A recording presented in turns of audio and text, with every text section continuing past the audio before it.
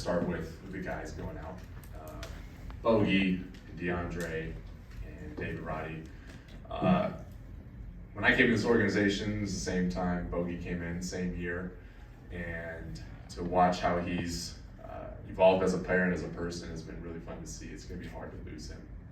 With DeAndre, it was one of my first conversations I had with a player when I was here as well. And seeing the year that he's had also makes this really challenging.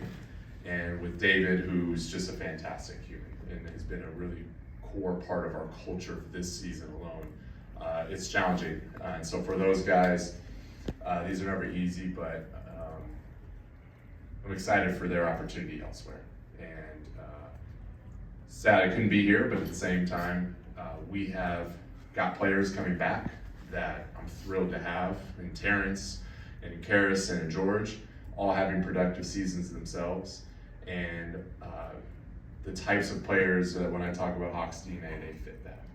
And so to get them here, as well as what I believe are valuable assets for our continued team building, is a part of why we did what we did and why I'm sitting here in front of you today. But want to wish those guys that were here well and nothing but the best, but excited about the guys coming in and the opportunities that we're going to have to continue to build here in Atlanta. So I think with that, I'll open it up to anything.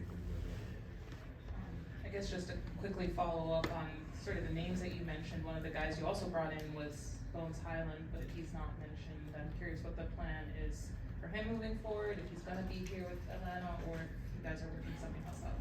Yeah, we're working something else out there. Just details I can't get into yet, but we're going to work out something else. And then with DeAndre, he's been a guy that's been in trade rumors for a couple of years, but what about right now made it kind of the right decision and the right time for him to find a new opportunity? Yeah, these decisions are never easy. A lot of times it comes down to discerning not necessarily between good and bad, but good and better. And as I mentioned before, DeAndre is having a very good year. But with what I discern to be where we're at and ultimately where we want to go, you have to make certain decisions and certain transactions that are challenging. But ultimately, I think he's going to land in a spot they're doing pretty well, and we're excited for the return that we got. Like I said, it's guys and players that we really enjoy and we're excited about, and also just the asset package things that are going to help us continue to move. Hey Landry, how much did Jalen's injury a couple of weeks ago affect y'all's plans going into yesterday, if at all? Yeah, it's a good question. Sad for him. I mean, that was a huge blow. We're a pretty good team when he's playing basketball for us. But for us throughout this year, our objectives remain the same, especially at this deadline. How do we acquire talent with Hawks DNA? How do we continue to add to our assets and play winning basketball and competitive basketball? Like, that's what's most important. So nothing to change in our calculus with that. What was it about the skill set of Levert and Mann and Yang that really kind of drew you to those being types of players that you wanted to bring in? Right. So all three of them, veteran guys, not like terribly old, but they've been on some teams here. They've shown that they're real NBA players in this league. And I think with Terrence, just the versatility that he has on both sides of the ball, is something that's intrigued us for a number of years actually. So the chance to get him was something that I was very excited about. And then with Karis and George, I mean, Karis and the production that he's had this year, we knew if DeAndre was going to leave, like there was going to be a hole, especially from our scoring perspective. So with Karis, his ability to create shots for himself and shoot the ball, and as well as George being able to space and just the locker room leadership that he has, I thought it was going to be great to bring back in when we lost DeAndre.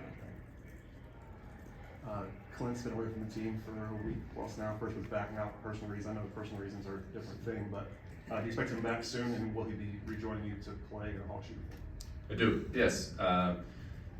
We had some conversations with him going into the deadline and with a number of teams, but ultimately felt that the value of him being here far outweighed anything that we were looking at coming in. Landry, Bogey had a really strong season last year, but this year he didn't seem to ever really be able to get going.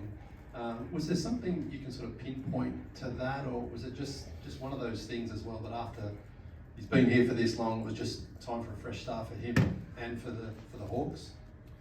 Yeah, I mean, part of the player journey, frankly. You have ups, you have downs, and you know, for him, he's been great while he's been here with us, regardless of how in a vacuum this year it's looked. And so the impact that he's had, I mean, we will feel that for sure.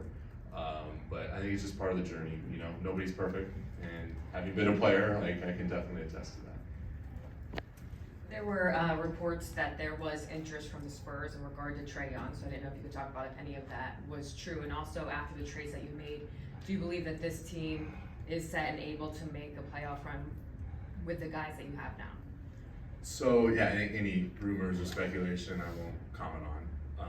But as far as what's within our grasp, the message has continuously been compete.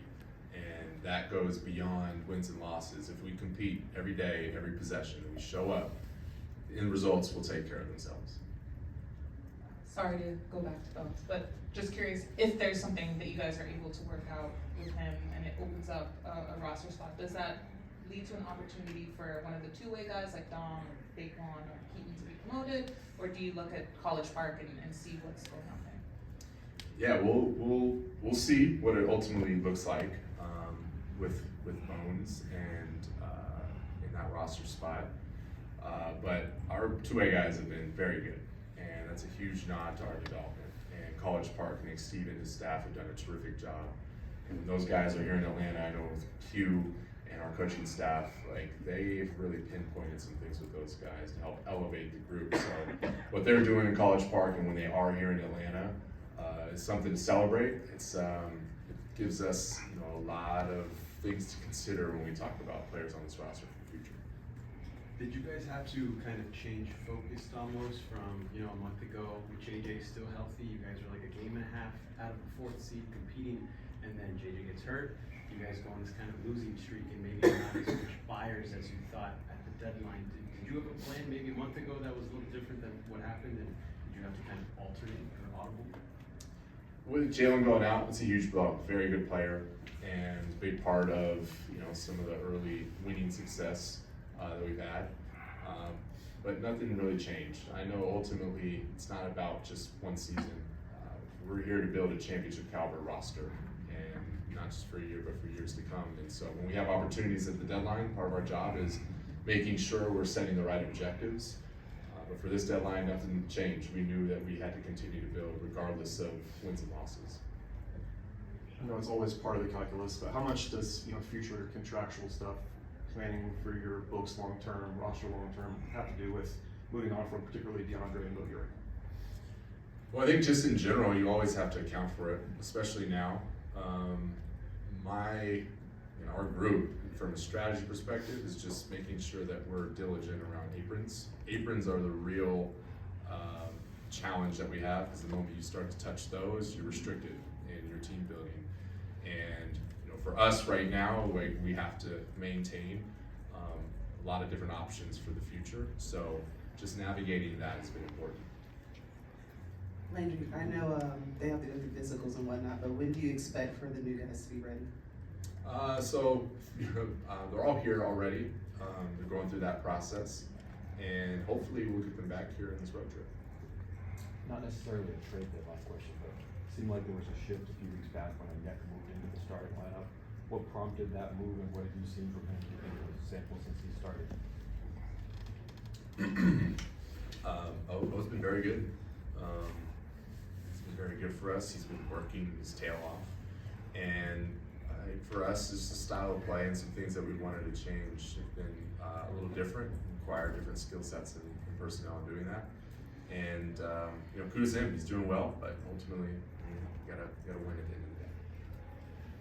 Landry, I know you mentioned the aprons earlier. I think it was all but 4 teams made a move somewhere around this trade deadline. Do you see that as being healthy for the league and a good thing for the league that there's that much movement this time of year? You know, it's hard to say. There were a lot of moves. I think it was the most moves in NBA history, if that's true. So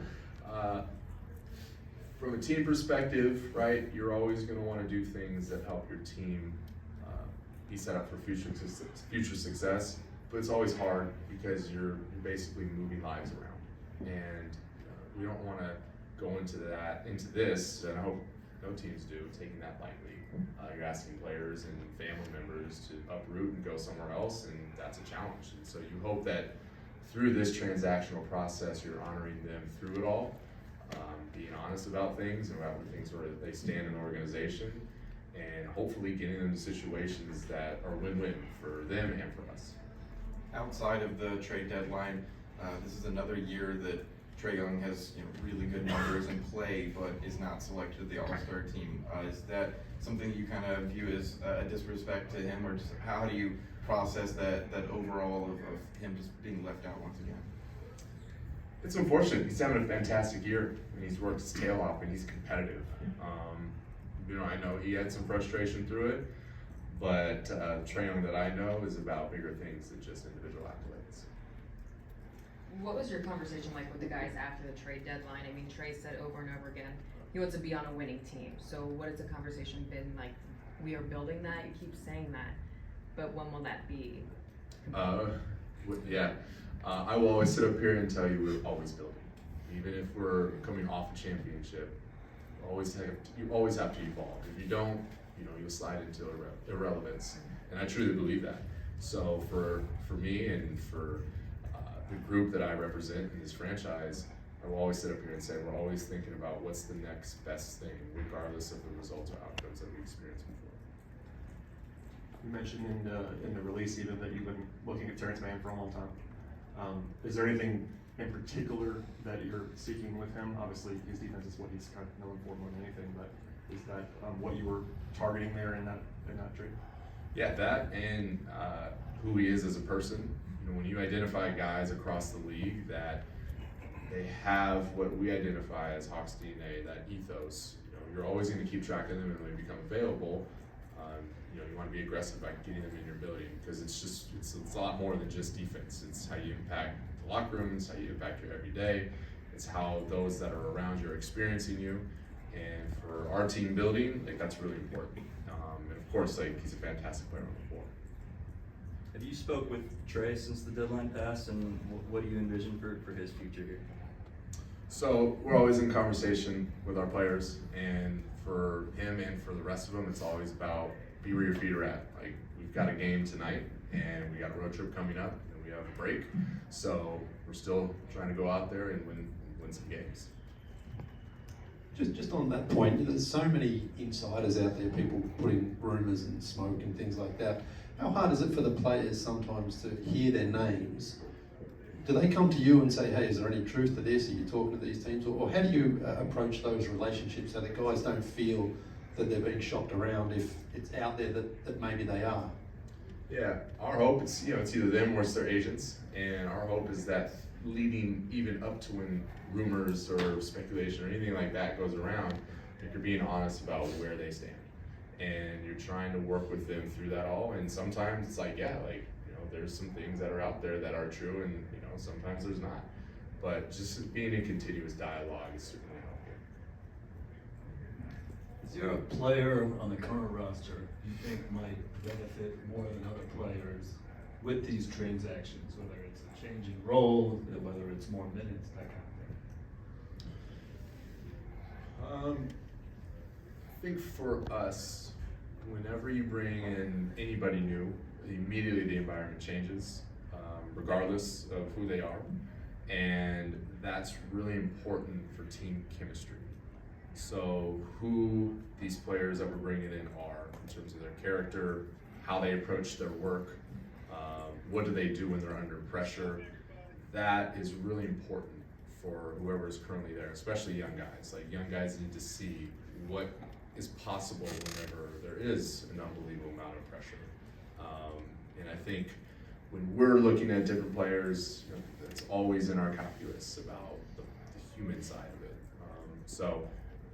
I think everyone's going to benefit, frankly. I think that with the guys that we're bringing in, they embody a lot of the character elements that we like.